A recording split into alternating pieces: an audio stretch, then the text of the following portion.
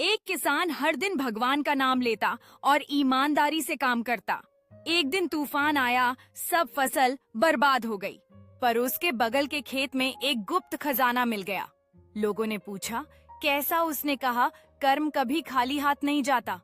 किसान ने उस खजाने को देखते हुए अपने मन में सोचा कि यह उसका मेहनत का फल है। धीरे धीरे लोगों ने समझा कि जो अच्छा करते हैं उनके लिए जीवन में एक दिन सुख आता है। उस किसान ने अपनी फसल के नुकसान को मात दी और गांव वालों के साथ मिलकर उस खजाने का उपयोग करने का फैसला किया। किसान और गांव वाले मिलकर खेतों में नए बीज डालने लगे। उनके चेहरे पर आशा और खुशी थी। अब यह गांव फिर से खिलखिला उठा था, सुंदरता और समृद्धि से भरा हुआ।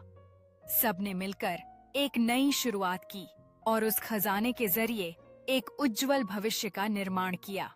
किसान ने अपने द्वारा पाई गई समृद्धि के लिए आभार व्यक्त किया और उसने अपने साथियों को सिखाया कि मेहनत और नैतिकता से ही सच्ची सफलता मिलती है।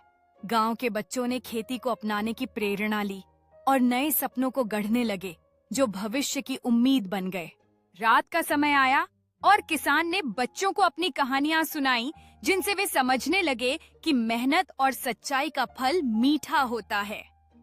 उस रात पूरा गांव सितारों की रोशनी में चमक रहा था, नए सपनों की किरणें उजागर कर रहा था, जो आने वाली पीढ़ियों के लिए प्रेरणा बन गईं।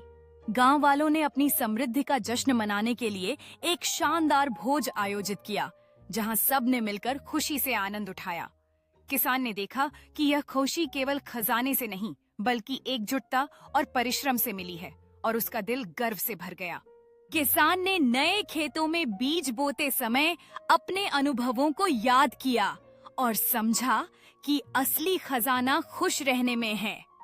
अब पूरा गांव समृद्धि का प्रतीक बन गया था, जहां सभी मिलकर एक दूसरे का सहारा